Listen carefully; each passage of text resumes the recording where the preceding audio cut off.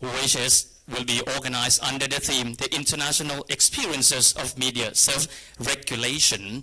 But before we go to that highlight, I would like to bring all of you to the formality this afternoon, and I wish to bring the host of this event, who is the chairman of the National Press Councils of Thailand, to be upon the stage to deliver his opening remarks. Please give a warm welcome to the chairman of the National Press Councils of Thailand, Mr. Chawarong Limpatthamapani.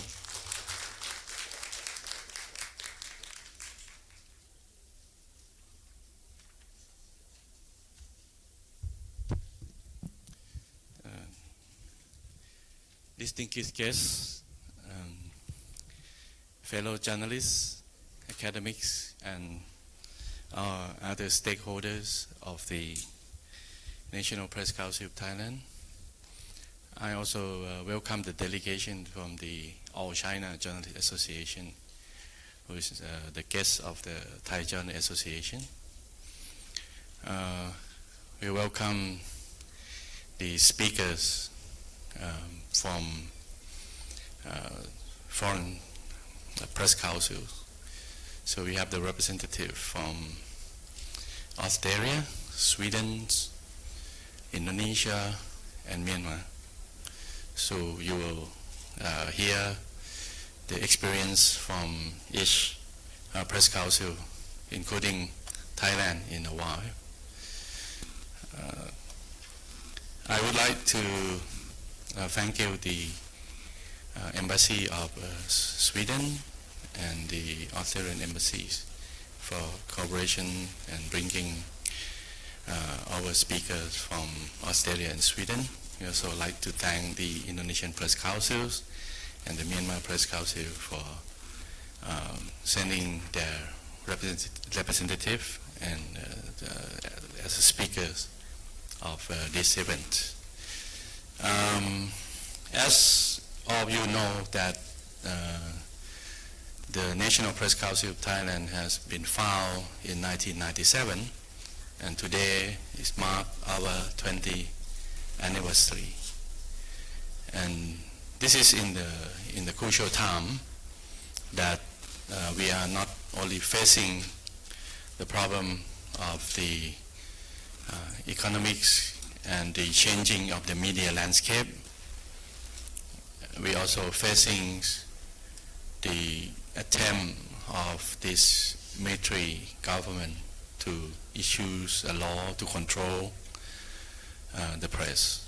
They would like to control the self-regulation.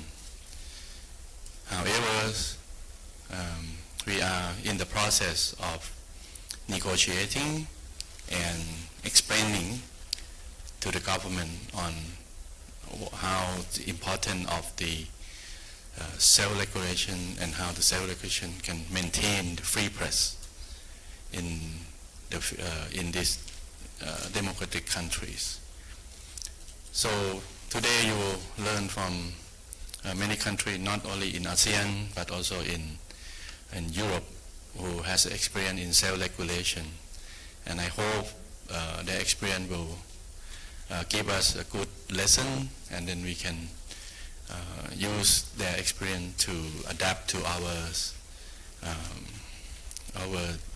new ways of tightening the self-regulations to maintain the freedom of the press and the freedom of speech for the Thai press.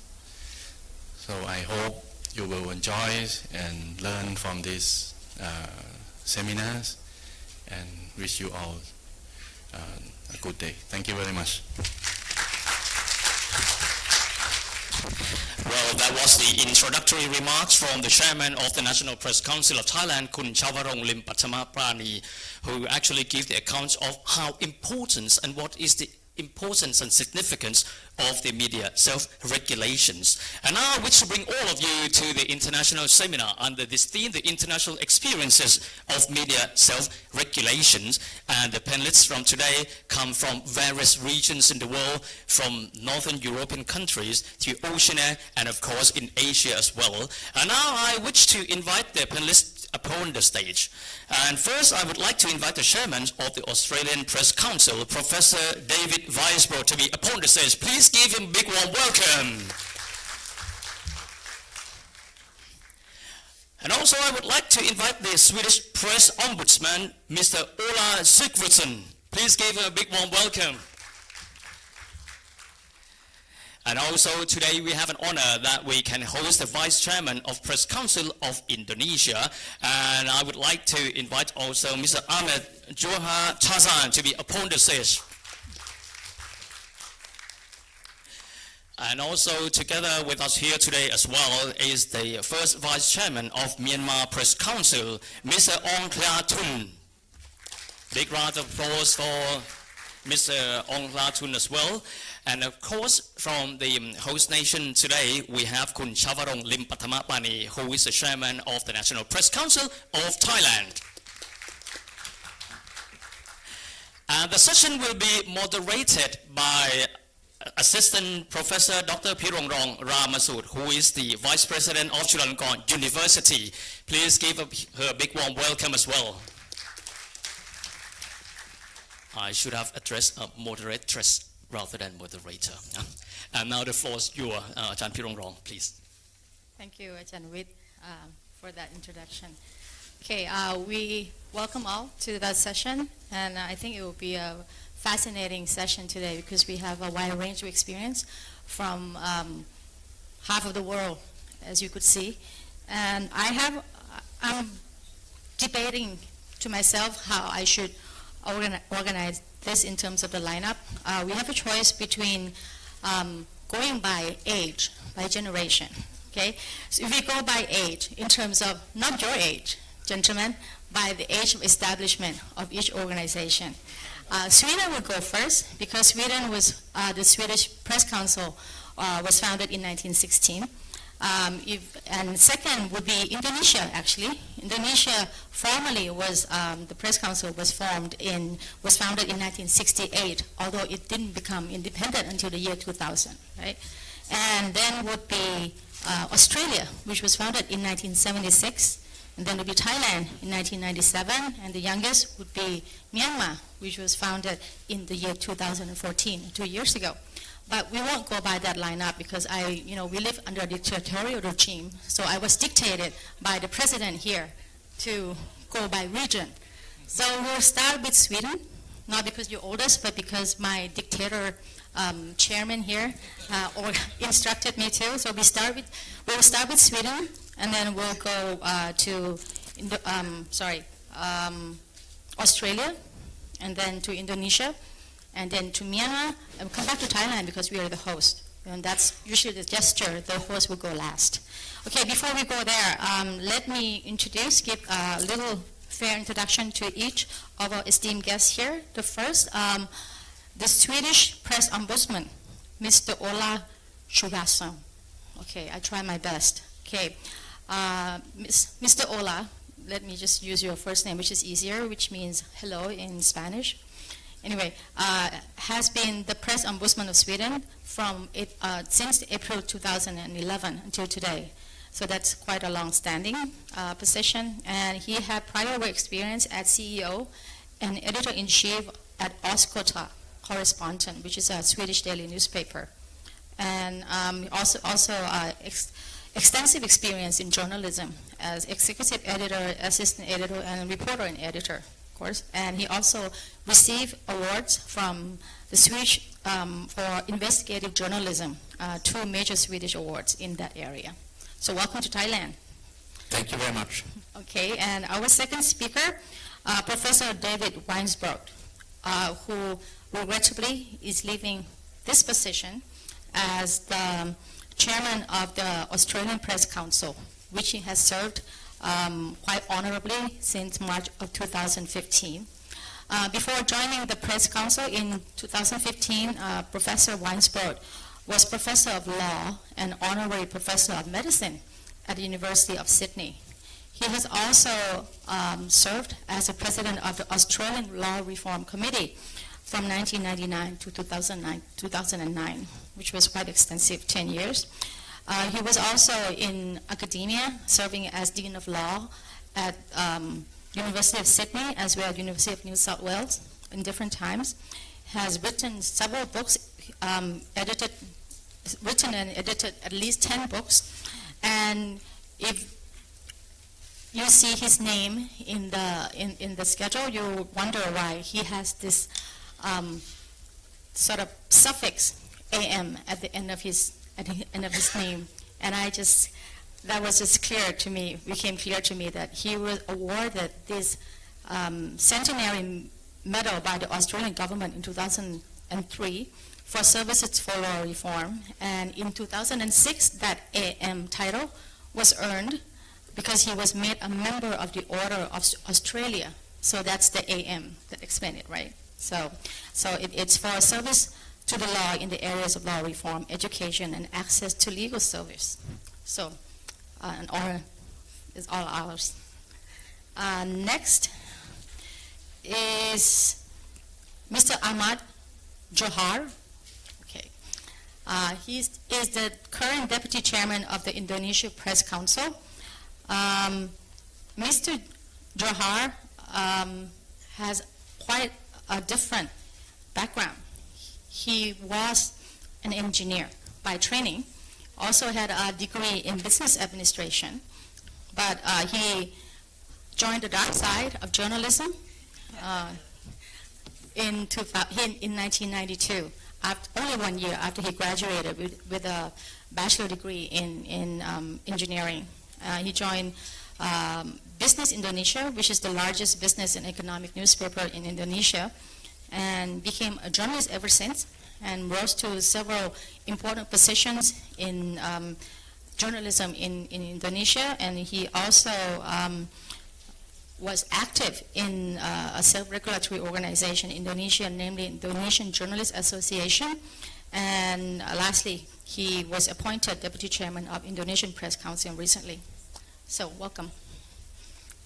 Okay, and another guest, not from afar, Mr. Ong Hatun, who is now vice chairman of the Myanmar Press Council. Mr. Ong Hatun was our correspondent for Reuters News Agency from 1994 to 2016. And he also won the Best Reuters Journalist Award and the Best Story Award in 2007. Also, he was also a founding member and vice chairman of the Foreign Relations, and he was in charge of the Myanmar Journalists Association from 2012 to 2015, and was elected as vice chairman of the first Myanmar Press Council since June 2016. So welcome. And last but not least, we have Kun Chavarong Limpathama Pani, my dictatorial president, chairman of the Press Council of Thailand. His current position is manager and editorial advisor to Thairat Online, and Thairat is, needless to say, is the biggest and widely circulated newspaper in Thailand, and also now embarked upon new venture in other lines of mass media, namely Thairat Online and Thairat TV. And on the TV side, Kun Chavarong is also director of ethical standard and practice at Thairat TV. So I won't bore you anymore. We'll start in the lineup as I mentioned earlier. So we'll start with you, Ola. So Ola is the Press Ombudsman of Sweden, which is the body which works hand in hand with the Press Council of Sweden. And this Press Ombudsman determines whether a complaint should be brought with the Swedish Press Council. So the Press Ombudsman, according to Ola, conversation with me just now, receives at least 500 complaints each year. Okay, so he was the one who determines whether or not that will be brought before the Press Council. Ola, please. Thank you very much for that nice introduction. Good afternoon, ladies and gentlemen. First of all, I would like to say I'm very happy that I was invited by the National Press Council of Thailand to attend this very important conference. I'm honored to be here. First of all, I would like to say that the Swedish law stating freedom of the press is very permissive. It's not only permissive, it's also very old. Actually, it was signed by our king and our parliament in 1766. Our Freedom of the Press Act is more than 250 years old and the oldest in the world. We still have it today, updated several times, of course, but to the core is the same legislation as 250 years ago. And if I were to sum up this law in one single sentence, I would say almost everything is allowed. Almost everything is allowed to print in Sweden. There are, of course, restrictions, even in Sweden, but they are few and they are stated within the law. For example, you may not defame individuals. You may not commit hate crimes against minorities in society. And you may not stir up. I mean, that's trying to get your readership to commit crimes. But that's about it.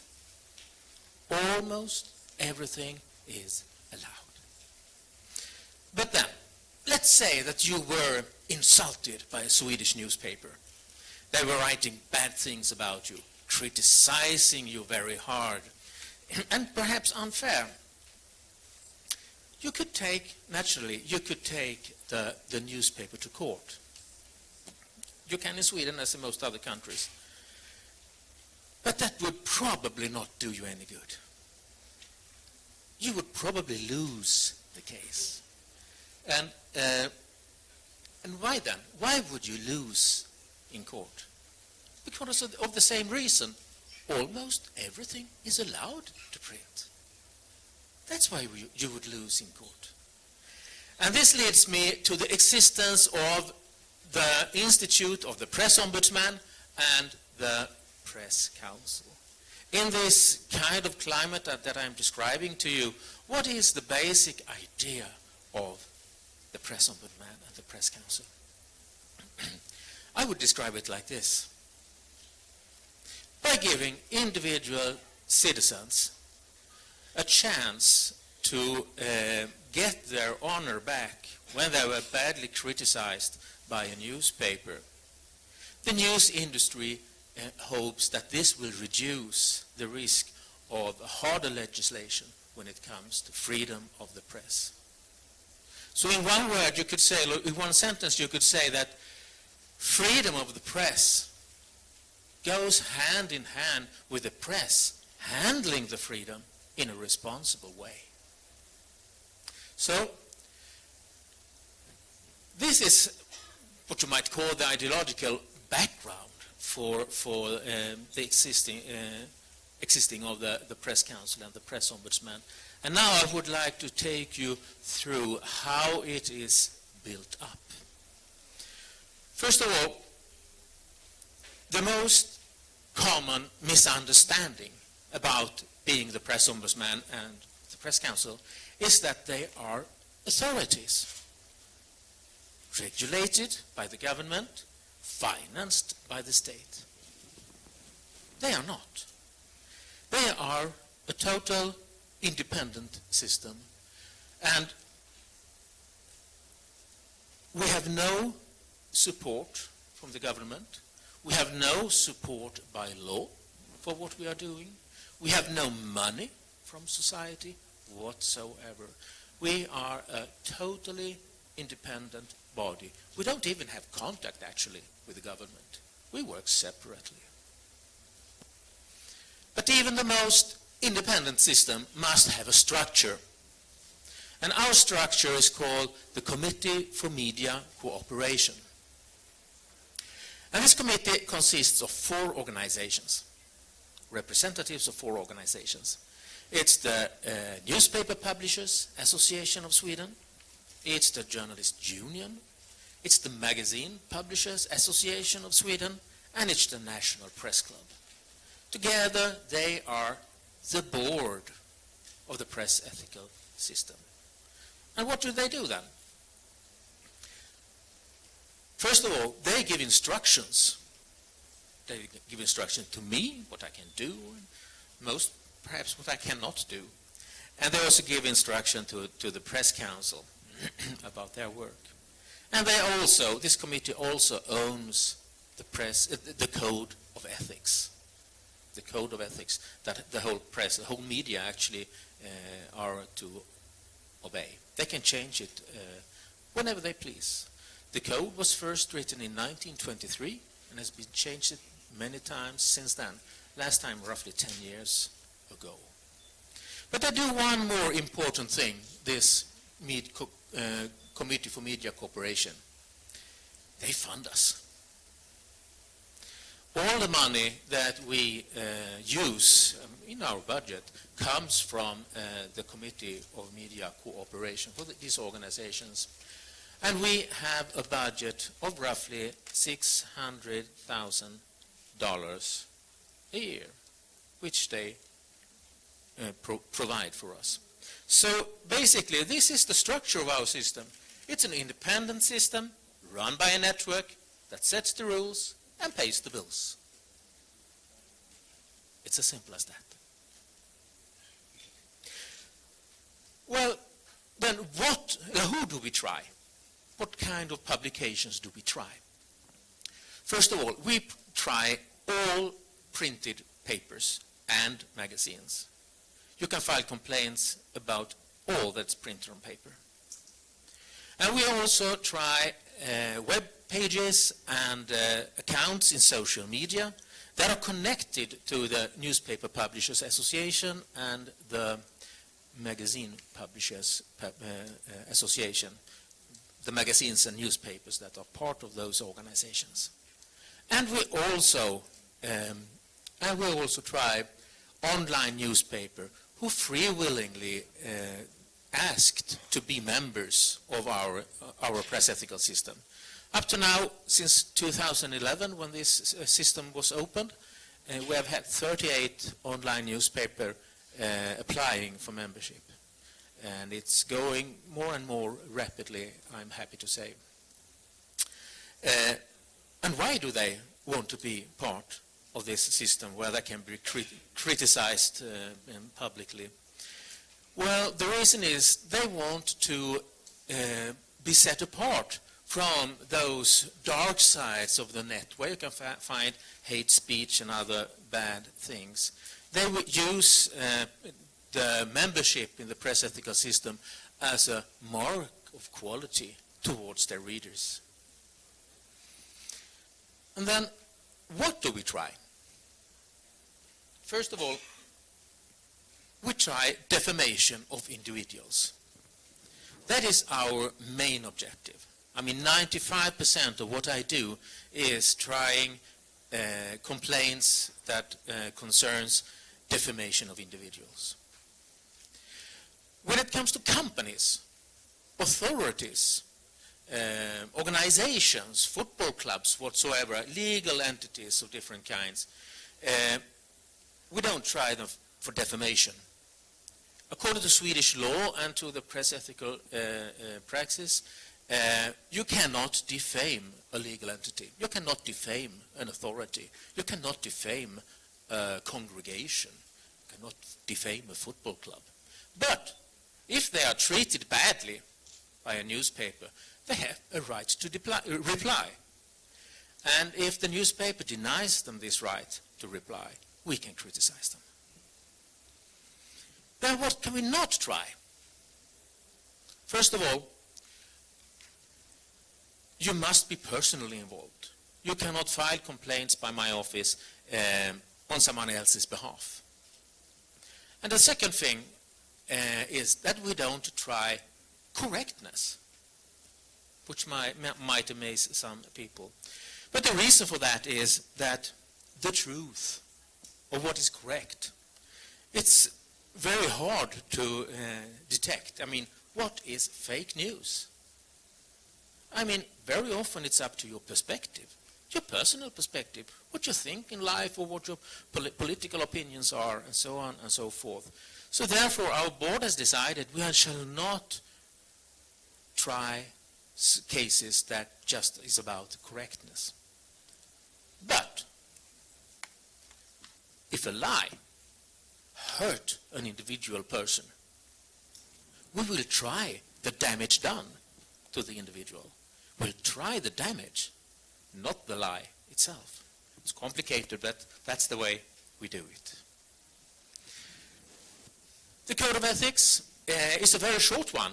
Actually, it's 17 paragraphs divided into 6 short chapters. And I will just give you the headlines to give you a taste of what the code is about. Provide accurate news. Treat replies generously. Respect individual privacy. Exercise care in the use of pictures. Listen to each party. And last but not least, be cautious in publishing names. It's the story that is important sometimes, not the names. So this is the core of the Code of Ethics. Okay, now let's say someone has filed a complaint. And I have recommended the Press Council to criticize the newspaper, and the Press Council does so. What then happens? What's the punishment, or what will the decision in the Press Council lead to? The newspaper, they have to publish the whole decision. It could be very long, actually, stating that they did wrong to the complainant. And that is something that the complainant always can have with him in the life in further life. And we also put this decision on our webpage, on our open archive, where it can be found by anyone forever, hopefully.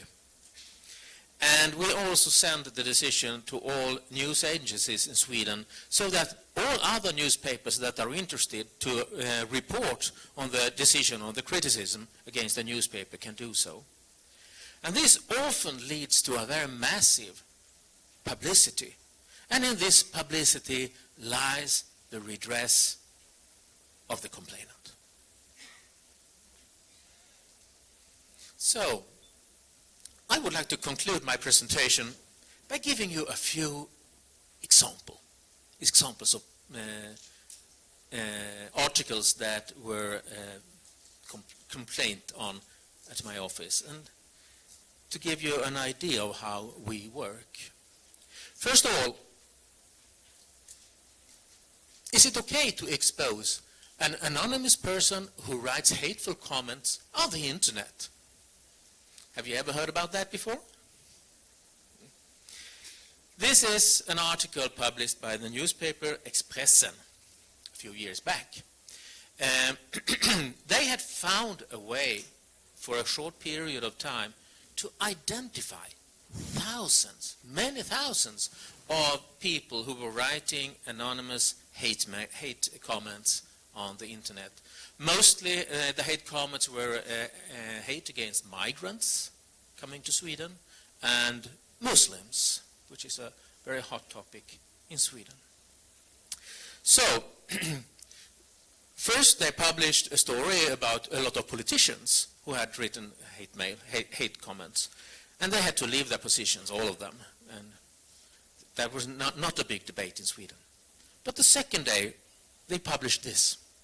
You can see this is 4 private citizens, and the person who was in the very light was this one called Jim Olson.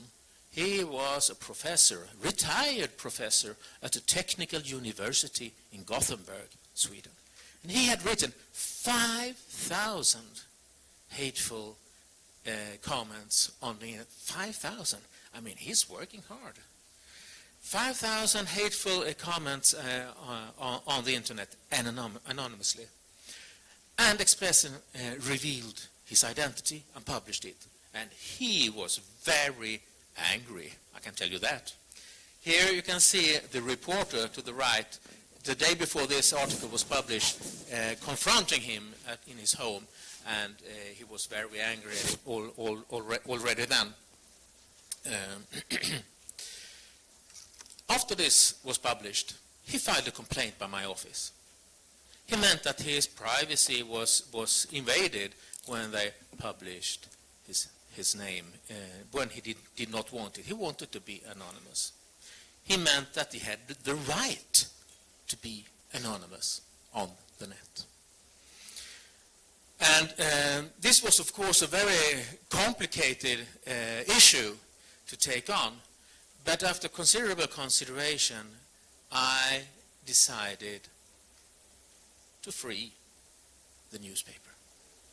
And my reasons for that was, when you go out on a public arena, and a comment field on the internet is a public arena.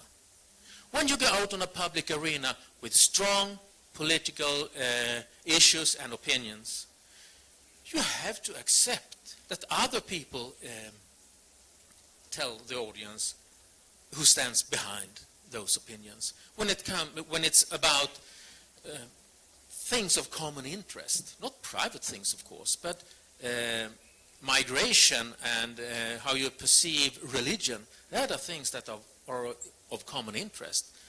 And in such situation, it is okay to reveal even anonymous people. And when he got my decision that I freed the newspaper, he was so angry. I mean, he wrote letters and he appeared in TV shows and on internet shows and so on and so forth. And he appealed, which you can do, to the press council. And asked our press council, please do not decide like the stupid press ombudsman. Please punish the newspaper for what they did to me. But the press council decided, all in all, every one of them decided to go the same way as I. So the newspaper was freed. The second and last example that I want to show you is it okay to reveal the name of a celebrity taking drugs? See, it's the same newspaper, Expressen. They are hot. And this person here, who is taking cocaine, right there, he is one of the most famous people in Sweden. He's an actor and has been acting on our national scene for decades. And he has made so many films, both Swedish films and international films. He even had a little role in the Hobbit film. That's how big he is. Really. Michael Persbrandt. And in this case, he had been on a nightclub and he got drunk and somebody took him to a smaller room and there they started to use cocaine. And what he didn't realize was that he was photographed. And sometime later, the photographer sold the picture to Expressen, who published this. Michael Persbrandt filed a complaint by my office. He, like the former person here, thought that his privacy was invaded by this. The newspaper said, oh, no, Michael Persbrandt, he is a public figure. He's a public person. He must accept to be scrutinized like this. I decided, after thinking a lot about what to do, to criticize the newspaper. And my reason for that is, of course, Michael Persbrandt, as famous as he is a public figure. But there are different kinds of public figures.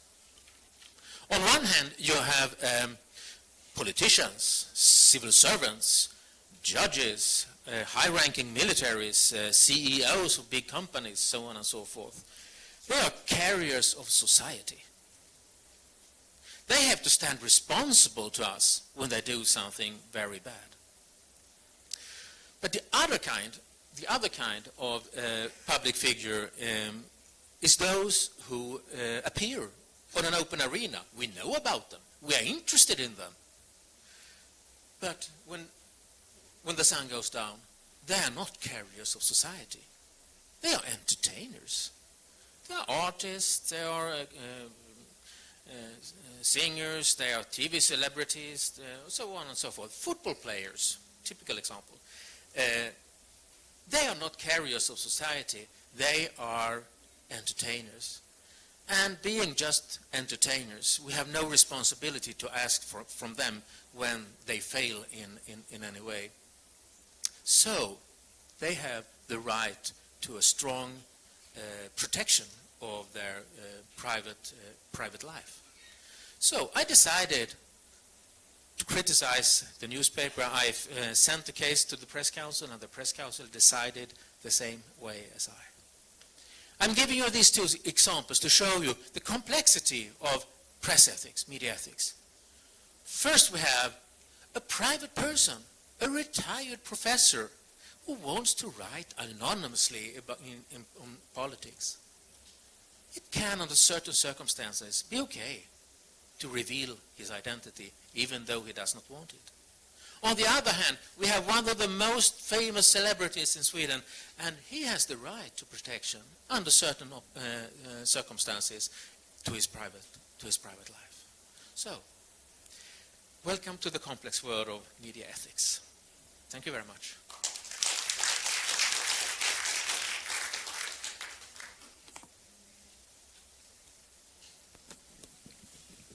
Well, thank you for that marvelous presentation. And it is indeed a complex world, but you have made it, you have actually simplified it with all these keywords: the right to reply, independence, publicity by redressing the complaints, and also the actual empirical examples. Thank you very much. Thank you.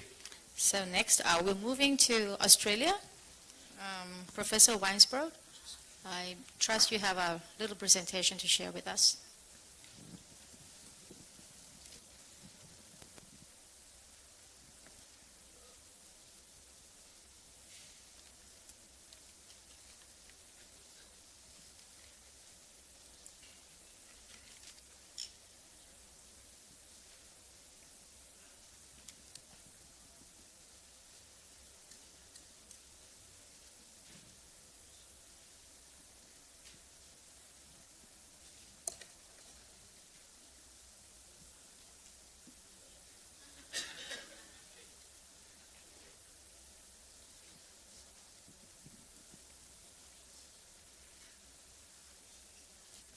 Thank you very much, Sawadi, and thank you so much to the National Press Council of Thailand and to the Australian Embassy in Bangkok for inviting me here to speak. It's a great honor, and I'm very proud to be here for your 20th birthday. I know from my experience it's not easy to last that long. Ulla has it on all of us. But most of the press councils in the world are in their infancy, and many doctors would not give them a great prognosis for living to be teenagers or adults. But I think those of us who work very hard at it can make a long-lasting impression. So this is a new banner, and it reflects it. It's the first time we've used it at the Australian Press Council, and the one we had for 40 years prior to this. We're 41 years old now, just entering middle age. And we always had rolls of newspapers, and that represented the Australian Press Council. But now almost no one accesses, more than 70% of Australians access their news via social media. So they're using their tablets, computer screen, telephone, and so on. We still have the newspapers there almost for historical reference, but we are moving with the times, and we recognize that we have to be vital players in the electronic domain, the digital domain. And increasingly we're recruiting our members from the online-only community. So we have 900 members. I'll talk a little bit more about that in a moment. And of those, most of them are traditional publishers that produce newspapers and magazines, but they all have websites. They all publish via Facebook as well. And then we have the growing population now, the last 20 or 30 members are online only, and they include many international publishers. So Huffington Post, Australia, is a member. Daily Mail online is a member. We're talking to the New York Times Australian edition. So it's a changing face. It's a more digital and a more globalized membership. Point the right way. Okay. So that's our website, just to let you know. If you want to go on there and have a play, you'll get more information than you will just from my few minutes on the stage. But you can see the critical thing there is make a complaint. Almost all of our again, a generation ago, people read a news story, they got upset, and they wrote us a letter. Now, almost everyone goes on the website, and we take them through step by step how to make a complaint. We explain our standards and principles, we explain our privacy policy, and then we ask them to tell us what the problem is. We also have our latest adjudication. So these are the decisions in the trickiest cases, the kind of ones that Ula was just talking about, where we not only want the individual publisher to understand that they may or may not have done something wrong, but we want it to serve as an education for the whole industry.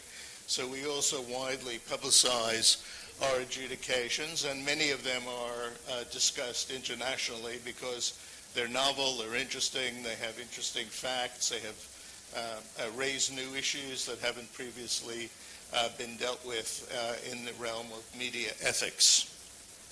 Take the next. So who are we? We are also a purely private self-regulatory body.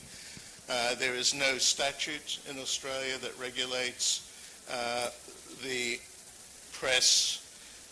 If you're a radio or TV broadcaster, and you require a license, there is a different system. But if you're in newspapers, magazines, or online news production, then there is no formal government regulation.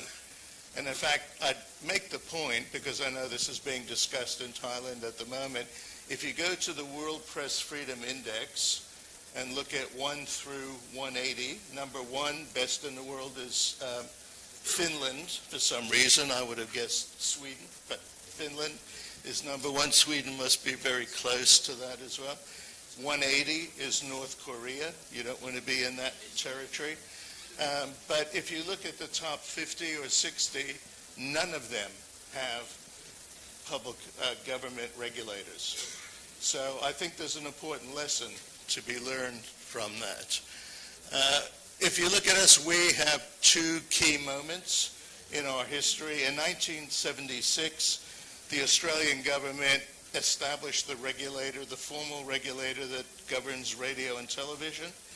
And then they left open the question, what should we do about newspapers? No online at that time, but newspapers and magazines. And the threat of that, there was a suggestion that maybe we should have a public regulator for that as well, government regulator. And all of the newspapers that had been at war with each other for years hated each other. They found a common enemy, which was government regulation. And they got together and said, no, we'll self-regulate, we'll do a good job, give us some time, and, down the track, if you think we're not doing a good job, we'll talk again, but let us try to do it ourselves. So we were founded in 1976. We're an incorporated association. There's no statute. Our members are bound by our Constitution, and that says they will follow our standards of practice, our ethical rules, and they will cooperate with our processes, the processes of complaints handling. We have no legislative basis, no statutory powers at all.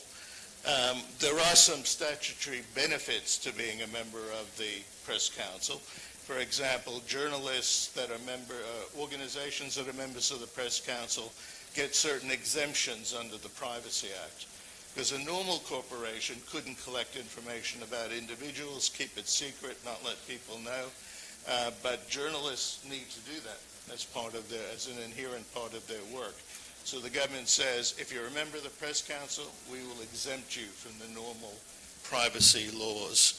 We don't get any government funding, not a penny, we never have. And I think if I suggested it, most of our members would resign. They're so strongly opposed to having government influence in the organization.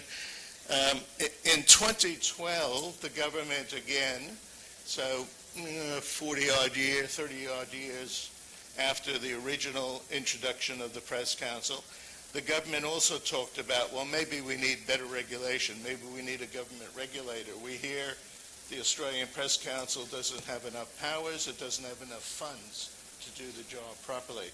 Well, that again galvanized all of the newspapers, and they said, okay, we can do it ourselves, we'll do it better, we'll increase our funds to the Press Council quite significantly to give them more resources. At that time, there was one administrator in the Press Council. Now there are 10. So it gives you an example of the extra money we got. And they also guaranteed the Press Council more independence. So the complaints handling is now completely arm's length. No publisher is involved in the vetting of complaints or in the determination of complaints. It's purely done by our professional staff. So again, the government backed off and said, okay, that's fine, that's what we wanted to hear. So I'll give you my conclusions first before I provide a bit more detail, just in case I run out of time. But the essence of this conference today is about, does self-regulation work? How do I assess it? Well, based on my experience of looking at how it works in Australia and also in neighboring countries, in New Zealand, in Europe, my view is that it strongly enhances press freedom and free speech. And again, if you look at those top 50, 60 countries in the World Press Freedom Index, all of them have self-regulation. It's cheaper, faster, and more flexible. So when I look, I speak regularly with my colleagues that do regulation of radio and television. We want to make sure we're keeping consistent approaches. Sometimes we get complaints that should go to them, and they get complaints that should come to us. So we have a very cooperative, collegial, communicative relationship. But when I look at how they operate, it's lawyers, more lawyers, and more lawyers. Because they have statutory powers, because they can fine radio and television stations, because they can remove a license, which is like the death penalty for a broadcaster, and because they can place conditions on a license, as soon as a complaint is made, they're in there with their lawyers. And a dispute that we would take a month, 2 months to resolve at zero cost to the complainant or the government will cost millions of dollars and take years and years. So on the one hand, it seems attractive to have more powers, but when you have more powers, then you're also going to be in the courts most of the time. In 41 years, not one of our matters has resulted in a court case. So the courts have been willing to say, you do that well, it's alternative dispute resolution, it's consensual, both sides have agreed to the outcome and abide by it. So keep on going. So it's quicker, faster, cheaper, more personal. Complainants get to come in and talk to us directly.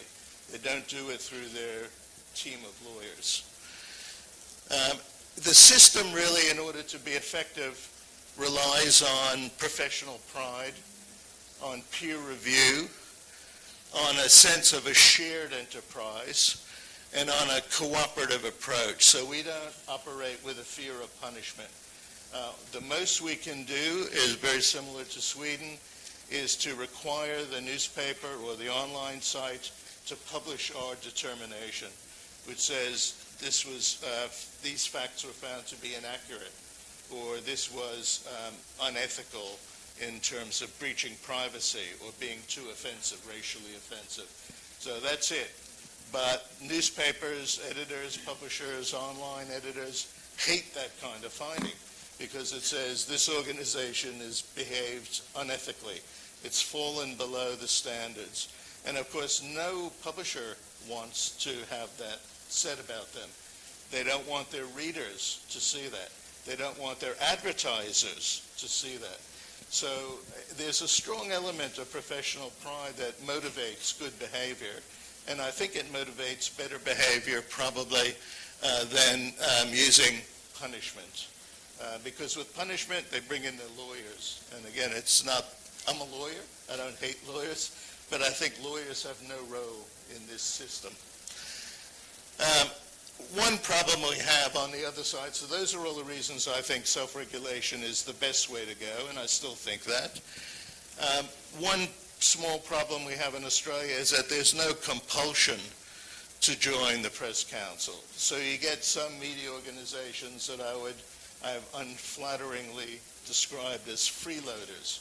So they're happy for all the other publishers to pay the fees and to do the work and to provide education for their staff, and they simply ride through with no fear of government regulation because all the others are carrying it.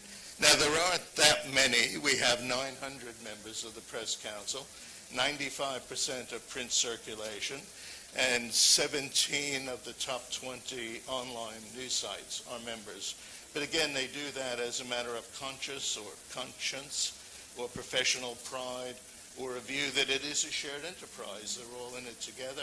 Most of all, they probably do it because they don't want government to do it. So they feel it's their role to make sure the system works effectively. Some countries like the UK and New Zealand offer incentives, tax incentives, or legal defenses that are available in defamation or privacy actions to try to encourage more publishers into the fold. And I'm talking with the Australian government at the moment about possibly having those incentives, not a stick, but carrots, incentives for publishers to join, including small publishers. The only real downside I could say at the moment in Australia is that there's no sanction for a rogue publisher.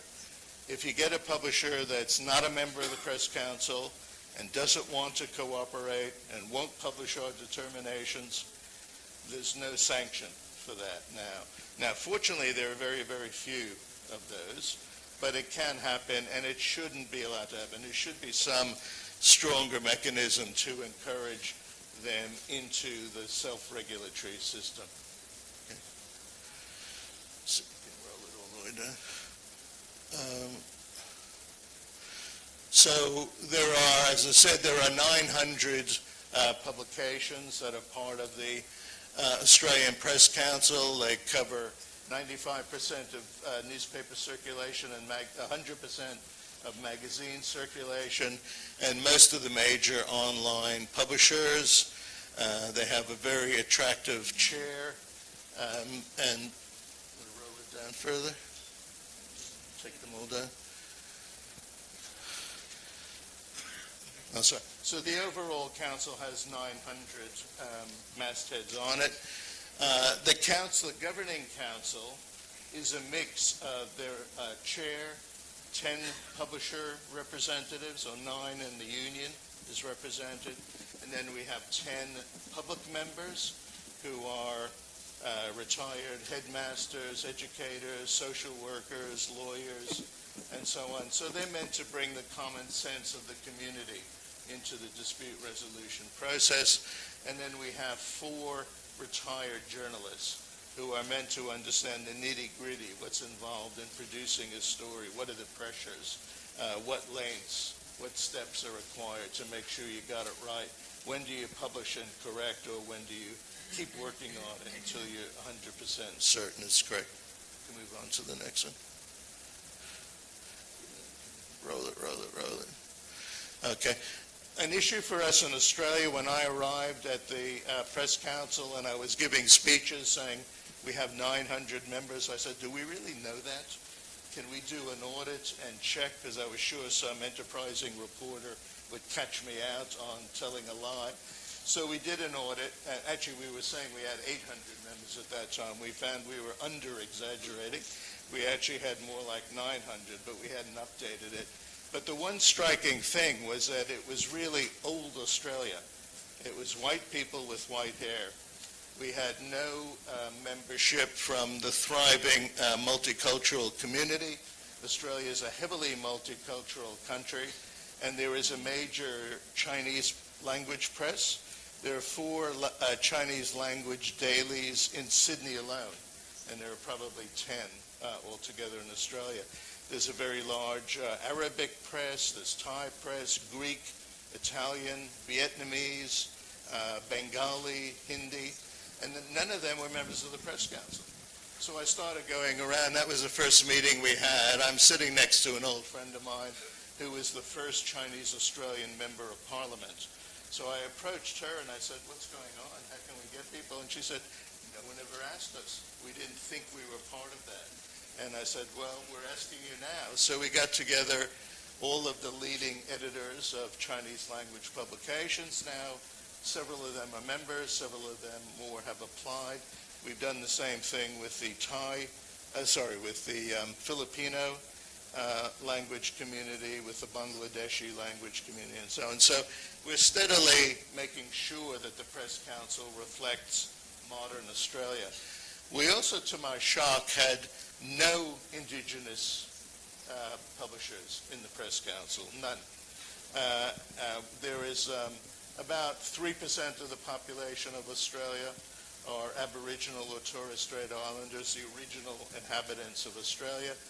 There are some outstanding newspapers, including the Koori Times, the Land Rights News, and so on. None of them were members.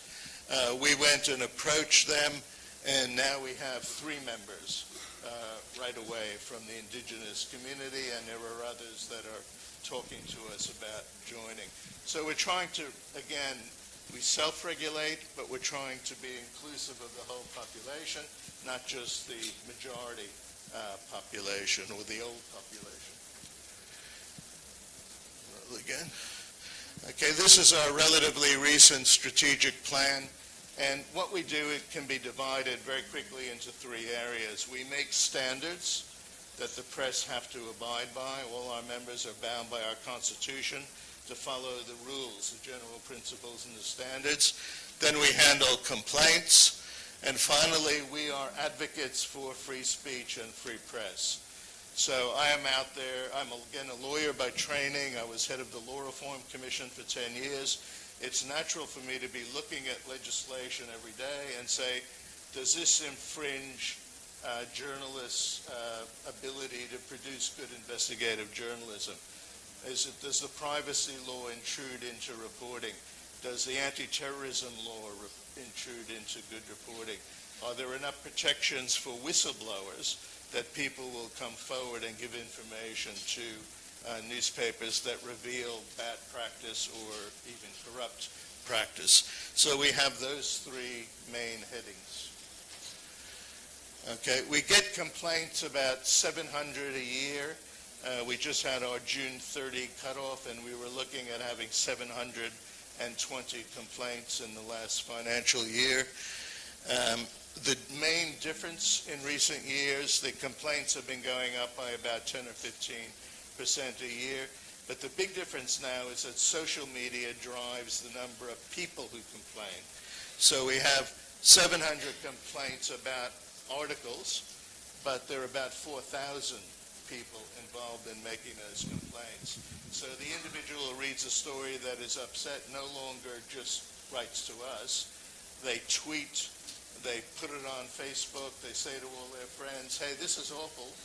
Let's all complain to the Australian Press Council. Here's the link. So we're dealing with a much larger number of complainants than we used to. We first look to get a remedy. So if we think the person has been harmed, there's been a falsehood about them, the article says they have a criminal background, and the person can prove to us that that's simply not true, we ring the editor, and 99 times out of 100, the editors will make a correction. They'll apologize if necessary. They'll correct the online material and so on. So that's probably what we do best.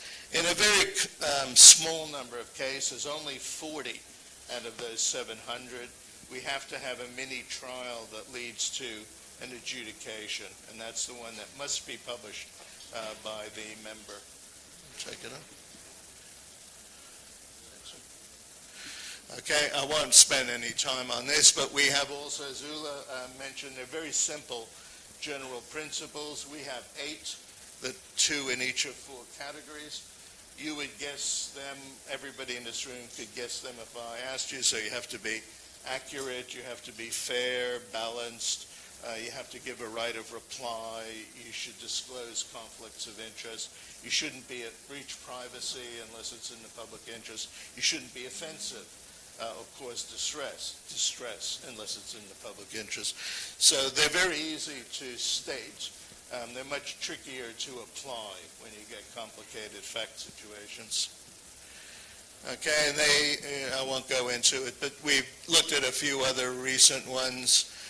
We looked at our complaints experience and where there seemed to be common problems. One of them was coverage of suicide, and doctors, psychologists, welfare groups, mental health associations are saying newspapers are providing too much information, and then we're seeing copycat suicide. So let's tone it down. Let's not make it look glamorous. We had a rash of cases in which reporters were disturbing patients in hospital. So we have a special guideline on that too. We issue, so we have the standards that have to be followed, and then we also try to be educative, to say to reporters, here's how to do it better so you won't get a complaint against you. And here are some that we looked at recently: reporting around election time, obviously a very sore point with many people. Digital alteration of images. It used to be a photograph was a photograph. Now it's not. We had a famous example of that where one of our leading news magazines had a big front page picture of one of the leading politicians addressing a huge crowd naked. And of course he wasn't naked in real life. He was wearing a suit and tie, but they digitally altered the photo, not to embarrass him, although he was not happy about that, but to show, can you now just, can you believe your eyes? Now that digital alteration is so easy, can you believe what you see? Is it real or is it fake news? So, and then at the moment we're looking at a few other issues, including reporting on transgender people. We've received a rash of complaints about that. Next.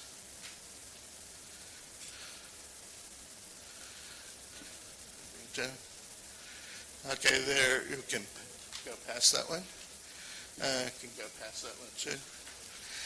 Just looking at the things that are complained about. I'm happy for these slides to be made available to you through the NPCT, so you can look at them in more detail later, but these are the things that people are complaining about. So it's still mostly about accuracy, but there's an increase in ones about causing prejudice or discrimination or distress. Next one. And then the outcome of the complaints, most of them are declined because most of them, our interest, as Ula also mentioned, is in freedom of the press.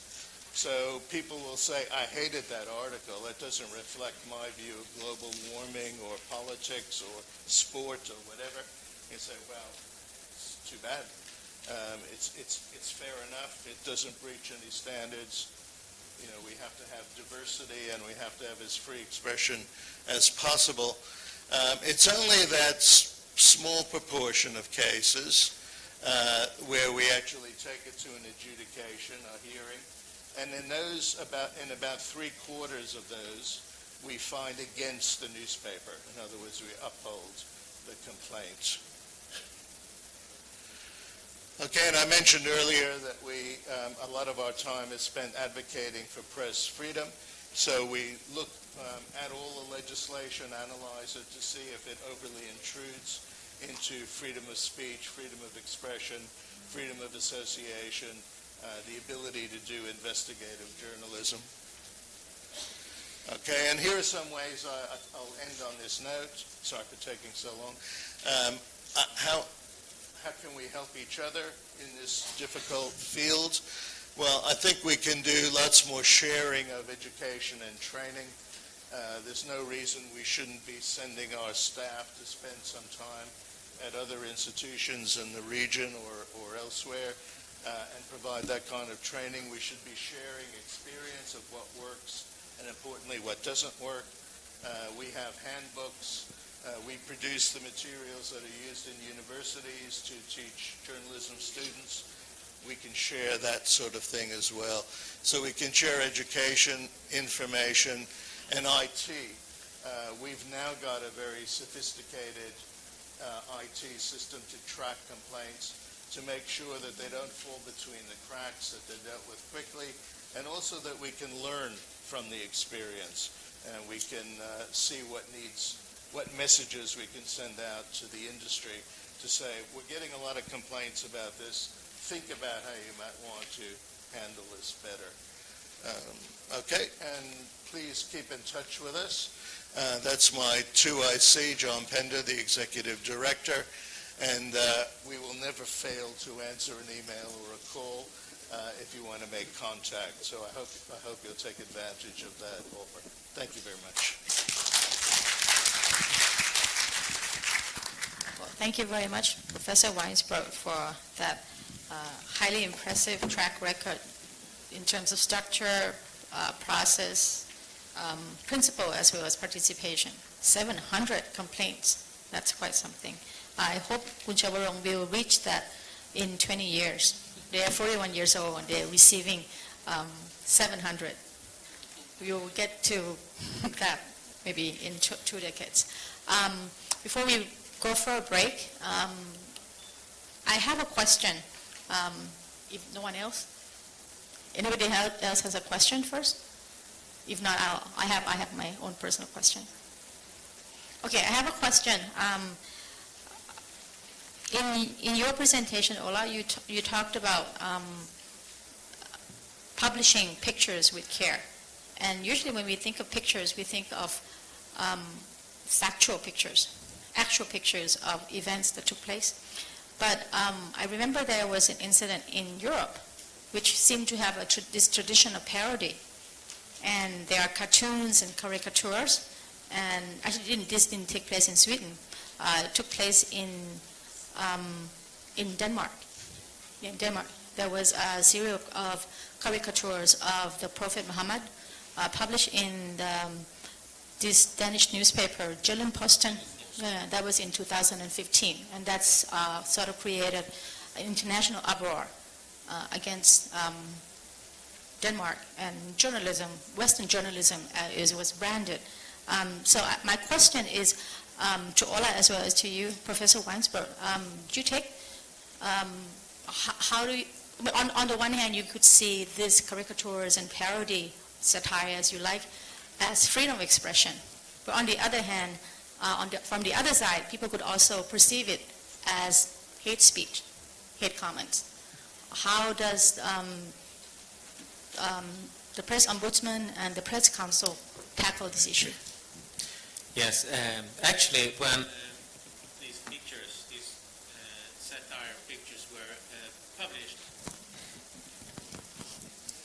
out of battery. Yeah, this one. When I go easy on your ears now. When they were published, let's say 10 years ago, I was actually editor-in-chief of a daily newspaper in Sweden, and I also had the choice to publish them or not. I regarded the cartoons as part of freedom of the press, freedom of utterance. I mean, I think it was totally okay to publish them. No problem with doing that, but you don't have to publish them. I mean, it's up. Freedom of the press is not that you must publish something that someone else wants to publish. So I said no. So my newspaper at that time did not publish those pictures because I thought they were offensive, and that was my choice in the situation. Had I been the press ombudsman at the time and got a complaint against the publishing of those caricatures over Muhammad, I would have dismissed it. Because, as I told you when I talked earlier, we work with defamation of individuals, and we don't take up general matters like that. And there were no identifiable individuals but Muhammad in these pictures, so we would have dismissed it. No Australian newspaper or magazine published those particular photos either, so they all made a conscious decision that, balancing the value of them as against the distress they would cause. So they made the same kind of balance that we would have had to make at the Press Council, but because no one published them, we didn't have any complaints about them. We try to give great weight to opinion, we give even more weight to satire, and we give even more weight probably to political cartoons. So I can only think of one cartoon that's been found to breach the standards in Australia in the last 10 or 15 years. We sometimes get difficult ones. So you might remember, maybe it was a year or more ago, the young 3-year-old boy from Syria, Ayhan Kurti, who drowned trying to flee a terrible situation, he and his family trying to flee a terrible situation. And there were 2 photos that whipped around the world. One of them was a little boy face down in the ocean, very distressing. The other one was a policeman who had picked him up and was cradling him and carrying him.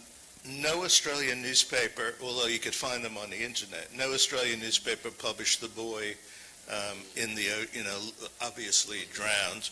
A number of them published the one in which you couldn't see his face and so on, but he was being held by a police officer. So we did receive complaints about the publication of that one, and we had long discussions in our office, and we decided it was a bit like the picture of the young woman in Vietnam who was fleeing after her village had been napalmed, that it was such an important photo historically that it was something that people should see and talk about to understand the horrors of war. And so it was that kind of iconic photo, and we did not pursue any complaints in that area. But they're very difficult. Had they published the picture of him in the ocean alone, I think we might have said, you had a choice of photos, why did you do the most distressing one? But we didn't have to reach that conclusion because, again, the Australian papers themselves chose to go with the less distressing image. Thank you. There's a question, please.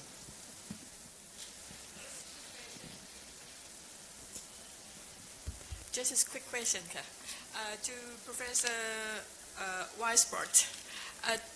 3 years ago, there is a big news story that the DJ from Australia radio station ring the hospital in London and pretend themselves that they are is a call from Queen Elizabeth and asking about the sickness of the Prince of the Countess of Cambridge. That case, bring the nurse who answered the phone call, commit suicide, kill herself.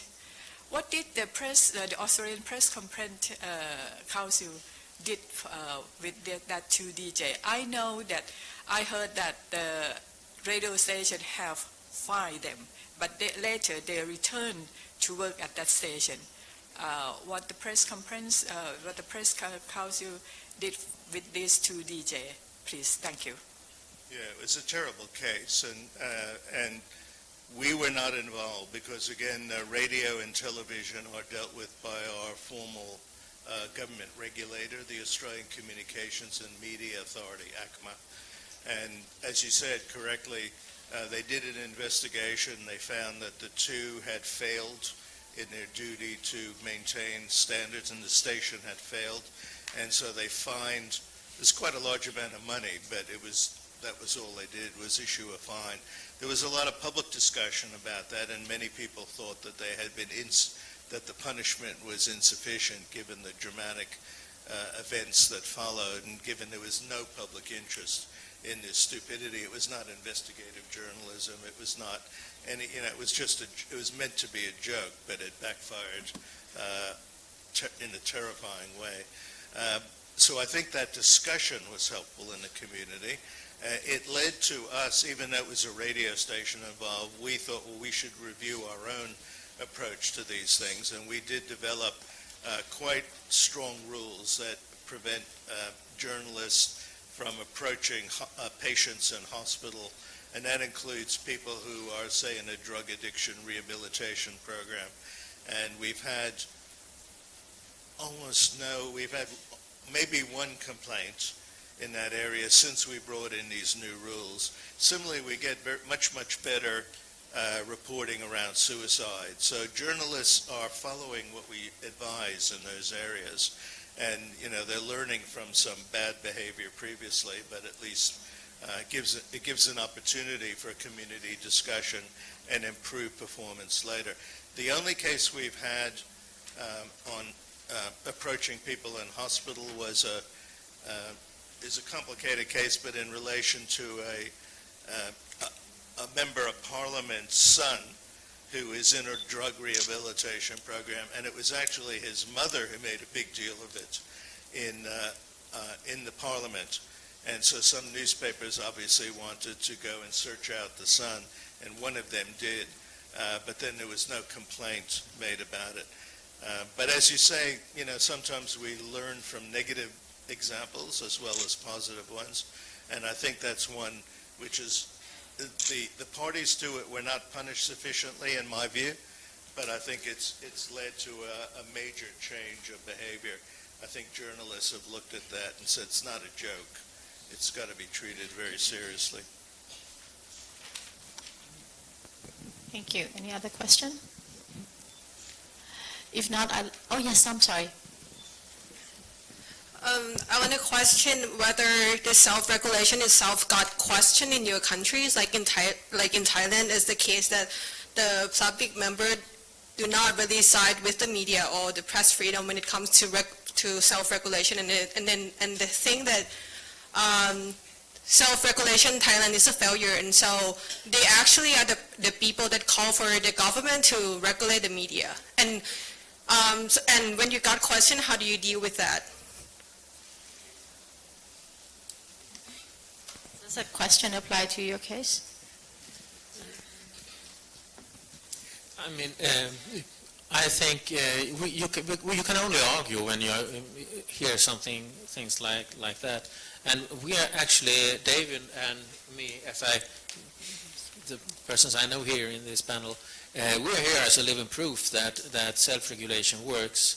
I mean, we have had it for more than 100 years, and we have not had any practical reductions of the freedom of the press during that period.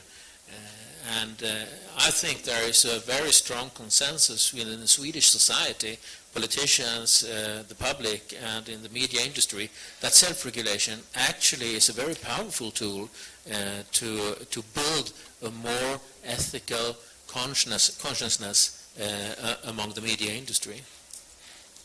So I think you must just put up front positive examples. Yeah, I'd say the same. I point to a few different bits of evidence. Again, if you look at the World Press Freedom Index and all of the countries that are up at the good end of it, that have a lot of freedom of the press, a lot of free speech, a lot of public debate about issues, rather than the discussion festering underground, they all are self-regulatory systems. In Australia, our complaints, as I showed before, going up by 10 or 15% a year.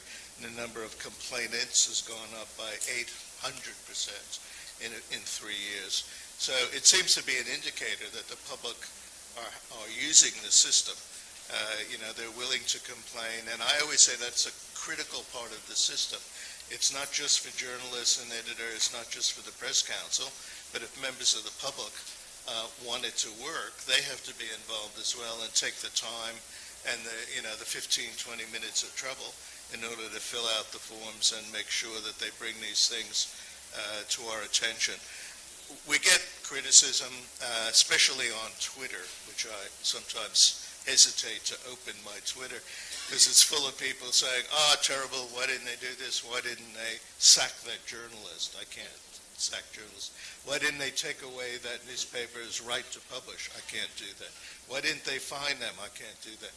And so, but when you get in a public forum like this and people say the same thing, I say, well, would you rather have a government regulator? Yes. And who will appoint the people on the regulator? The government. Oh, no, I don't want that. So I don't think people think through where it might go, and they don't want government control over freedom of the press. So if people give me ideas about how we can improve our process, fantastic. But they very rarely do. Usually the criticism is of that kind of very vague and general sense, and you say, well, how can we fix it? And we don't get many suggestions. One more thing. I think that David's idea with looking at this international list is a very good one. But I think you can take it one more step. I mean, you have the list of freedom of the press, and all the best have self-regulatory systems.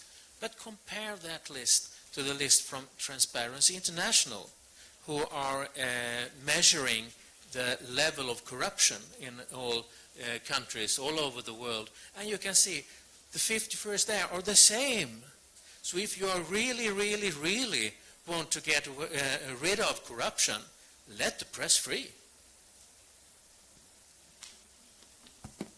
Thank you very much. I think we'll break for 15 minutes, and we should be back here around 3:15.